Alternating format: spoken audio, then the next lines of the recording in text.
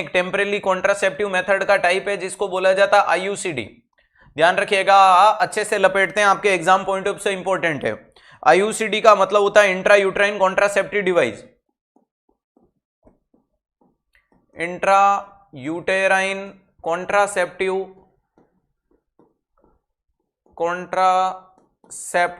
Device, ये वो device है जो किसी भी फीमेल के यूट्रस में लगा दी जाती है जो प्रेगनेंसी का बचाव करेगी।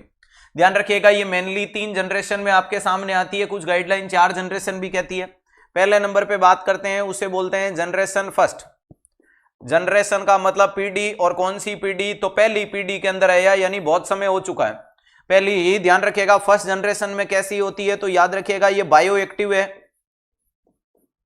ये बायो एक्टिव होती है, ये इनर्ट देखने को मिलती है, ये नॉन मेटेलिक होती है, नॉन मेटेलिक देखने को मिलती है, नॉन मेडिकेटेड देखने को मिलती है, नॉन मेडिकेटेड। ध्यान रखिएगा, नॉन मेटेलिक नॉन मेडिकेटेड के नाम से जिसे बताया जाता है, ये वाली फर्स्ट जनरेशन में आती है। वहीं पे अगर बात करते हैं दूसरे नंबर पे नाम है जिसको बोलते हैं सेकंड जनरेशन। और सेकंड जनरेशन की क्या खास बात आ जाएगी, तो सर सेकंड जनरेशन वाली भी बायो एक्टिव होती है, इनर्ट होती है, नॉन मेटेलिक की जगह ये मेटेलिक होती है, मेडिकेटेड होती है,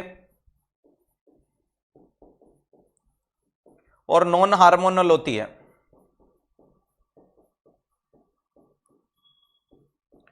ध्यान रखिएगा, इसके बाद में तीसरा नाम आता है जिसको थर्ड जनरेशन बताया जाता है। थर्ड जनरेशन के नाम से बताते हैं, जो सबसे बढ़िया क्वालिटी की चलती है, जो अभी की पीढ़ी के अंदर आ रही है। सर इसमें सारी क्वालिटी है, यानी ये बायो एक्टिव है। अभी मैं समझाऊंगा क्या होता है इनका मतलब। बायो एक्टिव है, ये इनर्ट देखने को मिलती है, ये मेटेलिक होती है, ये मेटेलिक है, ये मेडिकेटेड होती है, और ये आपकी हार्मोनल होती है। ध्यान से मेरी कंडीशन को समझने की कोशिश कीजिएगा, यहां लिख लीजिएगा नॉन हार्मोनल।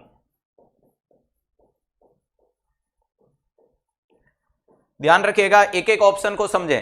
प्यारे दोस्तों, आईयूसीडी क्या है, अभी तक मैंने कहीं नहीं बोला कॉपर्टी, मैंने क्या बोला, IUCD intra uterine contraceptive device, एक ऐसी डिवाइस जो फीमेल के यूट्रस में लगा देंगे जिससे प्रेगनेंसी बचाव होगा। फर्स्ट जनरेशन में बायो एक्टिव, बायो एक्टिव का मतलब ये है बायोलॉजिकल हैजार्ड्स क्रिएट नहीं करती। अगर आपने इसको कहीं पे भी डिस्कार्ड कर दिया तो थोड़े दिन में मिट्टी में खाक राख होके खत्म हो जाएगी। क्लियर है। इनर्ट का मतलब ये इंसर्शन करने में मदद करती है, इसलिए इसको इनर्ट कहते हैं। नॉन मेटेलिक, इसमें कोई मेटल नहीं है। नॉन मेडिकेटेड, इसमें कोई दवाई नहीं, और नॉन हार्मोनल, इसमें कोई हार्मोन नहीं है, यानी सिर्फ एक छोटा सा टुकड़ा है। और इसका एग्जाम्पल क्या देखने को मिलता है, तो ध्यान रखिएगा, एग्जाम्पल लिखोगे लिपस लूप। एग्जाम्पल कौन सा है, लिपस लूप। और लिपस लूप ही आपकी फर्स्ट डिस्कवर्ड आईयूसीडी है। ध्यान रखिएगा, फर्स्ट डिस्कवर्ड आईयूसीडी का नाम है लिपस लूप 1965। और इसके अलावा सर ये लिपस लूप कैसी होती है, एस शेप की होती है। मैक्सिमम एक्सपल्सन रेट या मैक्सिमम फेलियर रेट भी किसकी होती है, तो लिपस लूप की ऐसी है। अब ये एस शेप की डिवाइस को यूट्रस में टिक पाएगी नहीं, उछल के निकल जाएगी। दूसरे नंबर पे नाम आता है जिसको बोला जाता है ग्राफेनबर्ग रिंग बोला जाता है, जो प्यारे दोस्तों ऐसी एक रिंग देखने को मिलती है। ध्यान रखिएगा, कुल मिलाकर के ये फर्स्ट जनरेशन आईयूसीडी के 2 नाम आपके सामने लिख दिए, लिपस लूप और ग्राफेनबर्ग रिंग। यहां तक कोई दिक्कत है क्या, नहीं। फार्मेसी का कोई बेच नहीं है बेटा, 360 के साथ जुड़े रहो। दूसरे नंबर पे नाम है जिसका second generation bio active, environment में नुकसानदायक नहीं है, इनर्ट अंदर लगती है। मेटेलिक, इसमें मेटल होता है, और मेटल का नाम है कॉपर, मेटल का नाम है कॉपर। तो जितनी भी प्रकार की कॉपर टी है, copper T 7, copper T 200, copper T 220, copper T 380 AG, copper T 275, multi loaded copper T, ये सब कुछ किसके एग्जाम्पल है, सेकंड जनरेशन आईयूसीडी के। तो यहां ध्यान रखिएगा, सबसे पहला नाम आता है कॉपर टी 7, उसके बाद नाम आता है कॉपर टी 200, इसके लिए नाम आता है कॉपर टी 220B, इसके लिए नाम आता है कॉपर टी 380 AAG, इसके अलावा नाम आता है MU multi loaded copper T 275, 375। ध्यान रखिएगा 275 और 350 ये सब कुछ किस में आती है, सेकंड जनरेशन में। ध्यान रखिएगा वेरी इंपॉर्टेंट चीज आएगा, सर डायलिसिस का कोई बेच है, डायलिसिस का बेच नहीं होता है, डायलिसिस एक प्रोग्राम होता है छोटा सा, क्लियर है, टेक्निक होती है, चीजें सिखाई जाती है, डायलिसिस का स्पेसिफिक बेच लोगे चलेगा। Copper T7 first discovered copper T अगर पूछे, अगर आपसे पूछे कि फर्स्ट डिस्कवर्ड कॉपर टी बताओ तो कॉपर T7। Cu का मतलब कॉपर, टी का मतलब सेप और 7 का मतलब उसके ऊपर इतना सा कॉपर लगा हुआ है। Copper T 200, copper T 220B और ज्यादातर पूछी जाती है कॉपर T3, ये वाली पूछी जाती है कॉपर T380 AAG। सर इसका मतलब क्या होता है, तो C का मतलब होता है दोस्तों कॉपर, T इसका क्या है, तो T इसका सेप है। अरे ये इसके ऊपर क्या लगा हुआ है, सरफेस एरिया कवर कर रहा है। ध्यान रखिएगा कॉपर कितना सरफेस एरिया कवर कर रहा है, वो ए का मतलब होती है इसकी सबसे छोटी साइज, स्मॉल साइज ए कहलाती है। और ये क्या है, तो याद रखिएगा आर्जेनिन, आर्जेनिन यानी सिल्वर की कोर है, सिल्वर की इसके ऊपर क्या पाई जाती है, कोर यानी कोटिंग पाई जाती है, जिसको ए के नाम से, इसी को बोलते हैं फ्रीडम 10। इसी को क्या बोला जाता है, फ्रीडम 10 बोला जाता है, क्योंकि यह 10 साल तक इफेक्टिव है। ये प्रोटेक्शन कितने समय के लिए देगी, प्रोटेक्शन देती है गुरुदेव 10 ईयर के लिए। कितने समय के लिए प्रोटेक्शन देती है, तो आपका जवाब आएगा 10 ईयर के लिए प्रोटेक्शन देने का काम करती है 380। एग्जामिनर पूछेगा तुमसे कि बताओ मल्टी लोडेड किस में आती है, तो मल्टी लोडेड सेकेंड जनरेशन का है, मल्टी लोडेड किस में, सेकेंड जनरेशन में है। समझ में आ गया, ठीक है। तीसरे नंबर की सबसे बढ़िया वाली तीसरे नंबर की है, क्योंकि बायोएक्टिव है, इनर्ट है, मेटेलिक है, मेडिकेटेड है और हार्मोनिक है, इसमें हार्मोन भरे हुए हैं। सर इनके नाम बताओ, तो याद रखिएगा LNG IUCD, LNG IUCD का मतलब लिवेनोर्जेस्ट्रोल, इसके अलावा नाम आता है प्रोजेस्ट्रॉन, इसके लिए नाम आता है प्रोजेस्ट्रॉन, इसके लिए अलावा नाम आता है मिरीना, मरीना नहीं मिरीना, तो क्लियर है, मिरीना है, नोवाटी है, ये सारी की सारी किसमें आती है, थर्ड जनरेशन में आती है। तो सबसे घटिया कौन, फर्स्ट जनरेशन, सबसे बढ़िया कौन, थर्ड जनरेशन, सबसे बढ़िया कौन, थर्ड जनरेशन। तो ये चीजें क्लियर हो गई, ठीक है। अब अपन बात करते हैं कि सर इसके लिए बेनिफिशियरी वुमन का नाम बताओ, बेनिफिशियरी कौन है बेनिफिशियरी, तो ध्यान रखिएगा पहली चीज है कि वो वुमन मैरिड होनी चाहिए, ठीक है। दूसरे नंबर पे वो अभी मोनोगेनस रिलेशनशिप में होनी चाहिए, मोनोगेनस रिलेशनशिप में होनी चाहिए। और नेक्स्ट मिनिमम 1 चाइल्ड होना चाहिए उसको, कम से कम एक बच्चा होना चाहिए। नेक्स्ट वो मोटिवेटेड होनी चाहिए, मोटिवेटेड होनी चाहिए। नेक्स्ट उसके अंदर प्यारे दोस्तों, उसके अंदर कॉन्फिडेंस होना चाहिए इस चीज का, willing to check the tail, ध्यान रखिएगा वो इस कॉपर टी की पूंछ को बार बार चेक करे, वैसी होनी चाहिए। अब ध्यान रखिएगा पहला नाम है मेरिड, भाई शादीशुदा ही नहीं हो तो रोज टूर्नामेंट खेलोगे कहां, और खेलोगे नहीं तो प्रेगनेंसी का बचाव क्या करना। दूसरा मोनोगोनस रिलेशनशिप का मतलब अभी, मोनोगेनस का मतलब होता है कि अभी रिलेशनशिप में सर रोज दिन को 1 टाइम 2 टाइम 3 टाइम ताबड़तोड़ टूर्नामेंट का प्रोग्राम है तो हमें जरूरत है, क्लियर है। ऐसा नहीं कि तुम रहो यहां पति रहे प्रदेश में, जब साल में 2 दिन मिलते हो तो दूसरा मेथड ही ले लो, कॉपर टी लगाने की कहां आवश्यकता है। समझ में आ गया। तीसरा नाम है मिनिमम 1 चाइल्ड, कम से कम एक बच्चा होना चाहिए। जब एक बच्चा नहीं है आप ये लगाओगे 10 दिन से बोलोगे नहीं सर हमको बच्चा चाहिए, वापस निकालो, तो जब लगाया ही क्यों। अरे ये तो वही वाली बात हो जाएगी कि जब प्यार ही नहीं करना था तो परफ्यूम लगा के आती ही क्यों थी, क्लियर है, ध्यान रखेगा। नेक्स्ट इंपॉर्टेंट चीज है मोटिवेटेड होनी चाहिए, क्योंकि शुरुआती दौर में पेन होगा, परेशानी होगी, खूब सारे कॉम्प्लिकेशन होंगे। Willing to check the tail, उसके पीछे एक धागा होता है, उस धागे को डेली वेजाइना में असेस करना है कि बराबर है या नहीं है, और नहीं है इसका मतलब वो हिल गई डुल गई, ठीक है। ये जानकारियां हो गई। इसके अलावा ध्यान रखिएगा अब्सेंस होना चाहिए उसमें, क्या अब्सेंस होना चाहिए,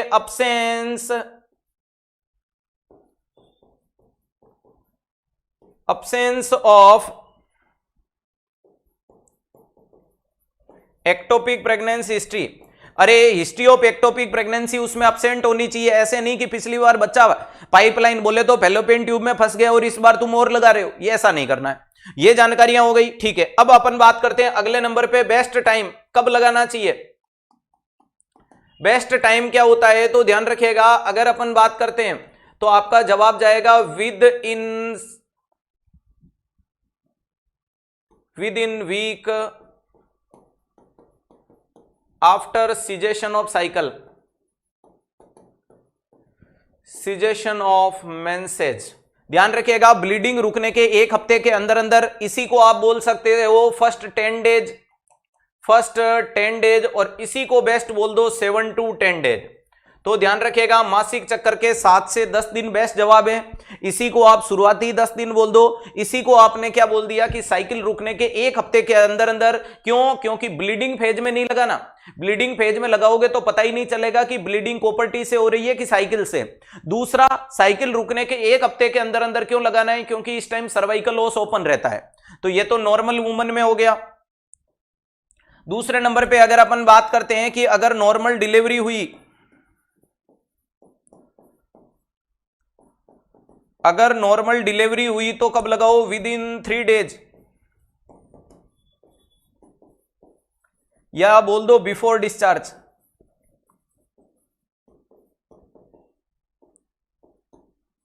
या तो हॉस्पिटल से छुट्टी देने से पहले पहले या 3 दिन के अंदर अंदर लगा दो, क्लियर है। और वहीं पे अगर सिजेरियन सेक्शन हुआ, वहीं पे अगर कौन सा सेक्शन हुआ? सिजेरियन।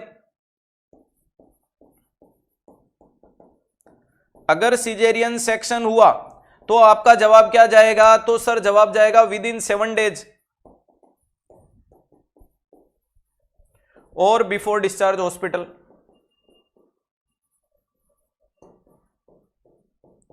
और हॉस्पिटल से डिस्चार्ज से पहले पहले।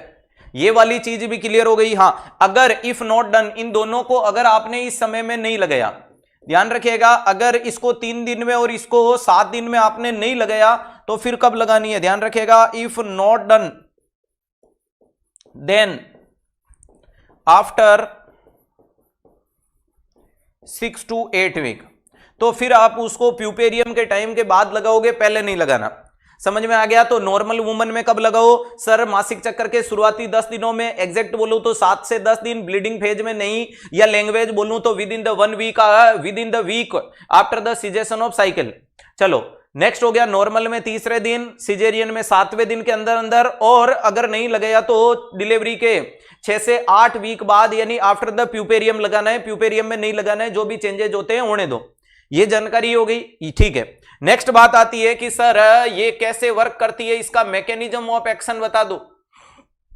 मैकेनिज्म ऑफ एक्शन सुनो प्यारे दोस्तों, ये किसी भी फीमेल की यूट्राइन बॉडी, ये उसकी फेलोपियन ट्यूब, ठीक है। हाँ सर, ये ऐसा डायग्राम देखने को, ये किसी भी फीमेल का वेजाइना, और आपने इसके अंदर कोई डिवाइस लगा दी, आपने इसके अंदर कोई डिवाइस लगा दी, और ये डिवाइस का थ्रेड इस प्रकार से लटक रहा है। अब ये कैसे प्रेगनेंसी को रोकेगी? पहला पॉइंट तो सर सबसे पहला काम क्या करेगी कि ये सर्विक्स की म्यूकस को थिकनेस में कन्वर्ट कर देगी। सबसे पहला सर्विक्स की म्यूकस गाढ़ी हो जाएगी तो स्पर्म अंदर पेनिट्रेट नहीं होगा पाएगा। तो पहला तो बोल सकते हो सर्वाइकल म्यूकस थिकनेस, ठीक है। दूसरा काम क्या करेगा कि ये जो कॉपर होता है, फिर भी स्पर्म अंदर चले गए तो ये कॉपर स्पर्मिसाइडल होता है। तो दूसरे नंबर पे क्या देखने को मिलता है? Copper work like spermicidal. Copper कैसे काम करता है? तो स्पर्मिसाइडल की तरह काम करेगा। तो अंदर यहां जाते जाते स्पर्म मर गए। तीसरे नंबर पे फिर भी स्पर्म जिद्दी है, चले गए ऊपर। तो प्यारे दोस्तों कॉपर टी का जो टी शेप है वो क्या कर रहा है? Block the uterine body. ध्यान रखिएगा ये क्या कर रहा है? Block the uterine body. ये यूट्राइन बॉडी को ब्लॉक कर रहा है, जिससे क्या देखने को मिलता है? सो प्रिवेंट फर्टिलाइजेशन। अरे जिससे कौन प्रिवेंट हो जाएगा? सर फर्टिलाइजेशन प्रिवेंट हो जाएगा। अरे ओवम स्पर्म मिल ही नहीं पाएंगे। अरे ओवम इधर बैठा है, मैं तो हूं कब से रेडी तैयार कर रहा हूं तेरा इंतजार, और ये रहा स्पर्म, दोनों मिल ही नहीं पाएंगे। अरे मिलेंगे ही नहीं तो प्रेगनेंसी होगी नहीं। तो ये भी चीज ठीक है। चौथे नंबर पे अगर गलती से जिद करके यहां से चला गया और आपस में मिल गया तो याद रखिएगा इट प्रिवेंट द इंप्लांटेशन। जो फर्टिलाइज ओवम है वो इंप्लांट होने के लिए अंदर आना चाहिए, अंदर आने नहीं देगा। तो नेक्स्ट क्या देखने को मिलता है? सर ये चौथे नंबर पे काम करेगा, प्रिवेंट इंप्लांटेशन। ये किसको प्रिवेंट करने की कोशिश करेगा सर? इंप्लांटेशन को प्रिवेंट करेगा। गलती से इंप्लांटेशन के लिए भी हाथा जोड़ी पैर पकड़ के आगे कि मैं हूं, मेरे साथ में बीबी बच्चे हैं, हमें जाने दो, तो ये यूट्रस था, ये इस कॉपर टी के कारण अनफेवरेबल बन गया। प्रेगनेंसी के लिए इसको फेवरेबल चाहिए, अच्छा खासा, जिसमें ब्लड सप्लाई हो, न्यूट्रिशनल सप्लाई हो, कॉन्ट्रैक्शन वगैरह नहीं हो, लेकिन इसने अनफेवरेबल बना दिया तो अब टिक नहीं पाएगा, टर्मिनेट हो जाएगा। अब और क्या हो चुका है?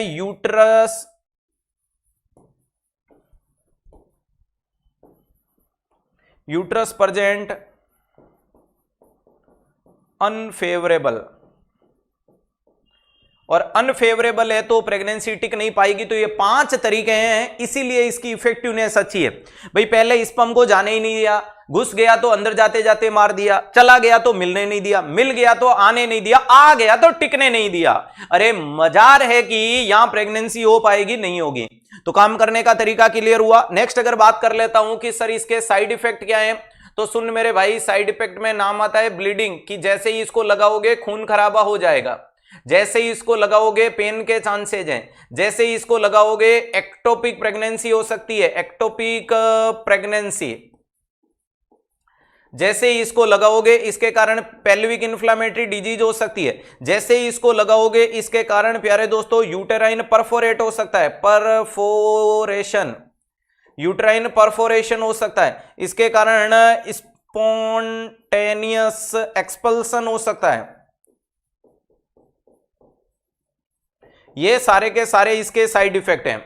ध्यान रखिएगा क्या क्या साइड इफेक्ट है। तो मोस्ट कॉमन साइड इफेक्ट, देश और दुनिया की अधिकतर फीमेल एक ही कंप्लेन करती है, मुझे ब्लीडिंग हो रही है, एक ही कंप्लेन करती है, मुझे कॉपर टी लगाने के बाद क्या हो रही है? ब्लीडिंग। तो it is a common, iron की गोली दे दो और उसको बोलो आराम कर, थोड़े दिन में रुक जाएगी।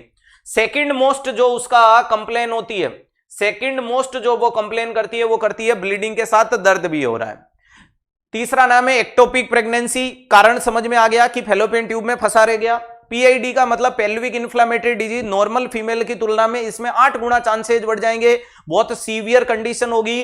अरे लोअर बैक पेन होगा, फीवर आएगा, एबनॉर्मल डिस्चार्ज होगा, मरीज को पल्सेशन होगा। तो मरीज के अंदर आपको इमीडिएटली क्या करना है? ब्रॉड स्पेक्ट्रम एंटीबायोटिक देनी है, और 48 घंटे में ठीक नहीं हो तो निकाल देना। सब जगह यही करना, ब्लीडिंग नहीं रुके निकाल दो, पेन नहीं रुके निकाल दो। एक्टोपिक प्रेगनेंसी में तो लगानी नहीं। यूट्राइन परफोरेशन, अगर लगाने वाला अनट्रेंड स्टाफ है तो वो यूट्रस को फोड़ देगा, ध्यान रखिएगा, अनट्रेंड स्टाफ है तो वो यूट्राइन बॉडी को परफोरेट कर देगा। स्पॉन्टेनियस एक्सपल्सन का मतलब अंदर टिक नहीं पाई, उछल के बाहर निकल गई। क्लियर है? वहीं पे अगर मैं आपसे पूछूं रिमूव करने के कारण बताओ, रिमूव के कोज अगर आपसे पूछूं कि कॉपर टी निकालने के क्या क्या मुख्य काम है, क्यों कब कब निकाली जाती है, तो पहला मुख्य नाम है जिसको बोला जाता है pain. Most common reason of copper T removal is pain, और second most common is bleeding. अगर फीमेल बोले मुझे तो दर्द भयंकर है, अगर वो मुझे बोले कि मुझे तो दर्द भयंकर है, तो निकालने के अलावा हमारे पास कोई ऑप्शन नहीं है। भयंकर दर्द है तो निकालने के अलावा यह कोई दूसरा ऑप्शन नहीं है, लेकिन ब्लीडिंग सेकंड मोस्ट होता है। तो यह जानकारी भी क्लियर हुई। इसके अलावा अगर आपसे पूछा जाता है कौन सी फीमेल में नहीं लगानी, कॉन्ट्रा इंडिकेटेड, कौन सी फीमेल में किसी भी हालत में आपको कॉपर टी नहीं लगानी, तो यहां सुनने की कोशिश करो। ये 2 प्रकार के होते हैं कॉन्ट्रा इंडिकेशन। एक होता है एब्सोल्यूट, एब्सोल्यूट का मतलब होता है भगवान आ जाए तो भी मत लगाओ, और दूसरा का नाम है रिलेटिव, यानी रिश्तेदार आए तो लगा दो। समझ में आ गया? मेरी बात को ढंग से सुनिएगा। एब्सोल्यूट का मतलब इन दिस कंडीशन, किसी भी कीमत पे नहीं लगाना।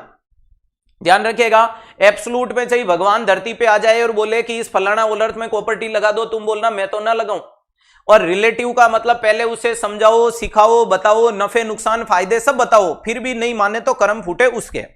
क्लियर है? अब कौन कौन सी कंडीशन है जिनमें बिल्कुल नहीं लगाओगे, तो सर पहली कंडीशन देखने को मिलती है जिसे बोला जाता है अननोन ब्लीडिंग। पहला नाम है अननोन ब्लीडिंग, फीमेल में ब्लीडिंग हो रही है और उस ब्लीडिंग का कारण पता नहीं है। अब जब कारण ही नहीं पता है तो हम उसको किसी भी कीमत पे नहीं रोक पाएंगे, तो बिल्कुल मत लगाओ। दूसरे नंबर पे वो फीमेल प्रेग्नेंट है। अगर वो फीमेल प्रेग्नेंट है और आपको बोले कि कॉपर टी लगा दो, तो किसी भी कीमत पे मत लगाओ, क्योंकि प्रेगनेंसी के अंदर किसी भी कीमत पे कॉपर टी नहीं लगेगी, सॉरी आईयूसीडी नहीं लगेगी।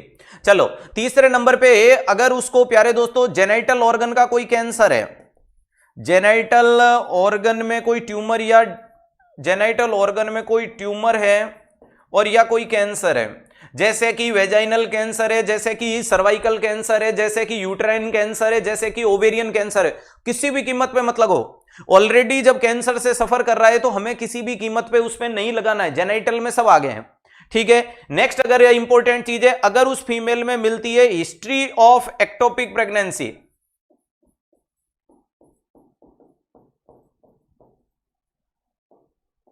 अगर उसमें देखने को मिलती है हिस्ट्री ऑफ एक्टोपिक प्रेगनेंसी का मतलब हमें यह पता चला कि कुछ समय पहले उस फीमेल को एक बच्चा फैलोपियन ट्यूब में फंसा था, तो पिछली बार भी फंस गया तो इस बार तो ज्यादा चांस है। अरे ध्यान रखिएगा, पिछली बार भी फंस गया तो यहां तो ज्यादा चांस है, किसी भी कीमत में मत लगाओ।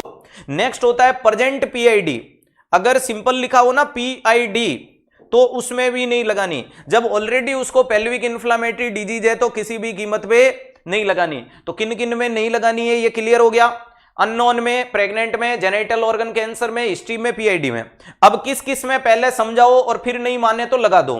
तो उसके अंदर नाम आता है जैसे कि एनीमिया, वो भाभी जी जिनमें ऑलरेडी खून की कमी है उनको बताओ कि यार आप में खून की कमी है, इससे ब्लीडिंग होती है, कृपया करके आप मत लगवाओ, आप सहन नहीं कर पाओ। उसने बोला लगा दो, हमने बोला नहीं लगाना, समझाया ना, दिमाग में नहीं बैठती है क्या बात। उसने बोला प्लीज लगा दो ना, हमें बड़ा डर लगता है, घर में बड़ी लंबी लाइन बनी पड़ी है, क्रिकेट टीम घर से न बन जाए। अरे मान जा, नहीं मानूंगा, मान जा, नहीं मानूंगा, अरे मान जा, नहीं मानना तो लगा दो।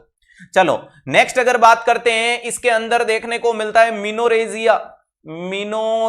मिनोरेजिया का मतलब एक्सेसिव मेंस्ट्रुएशन साइकिल।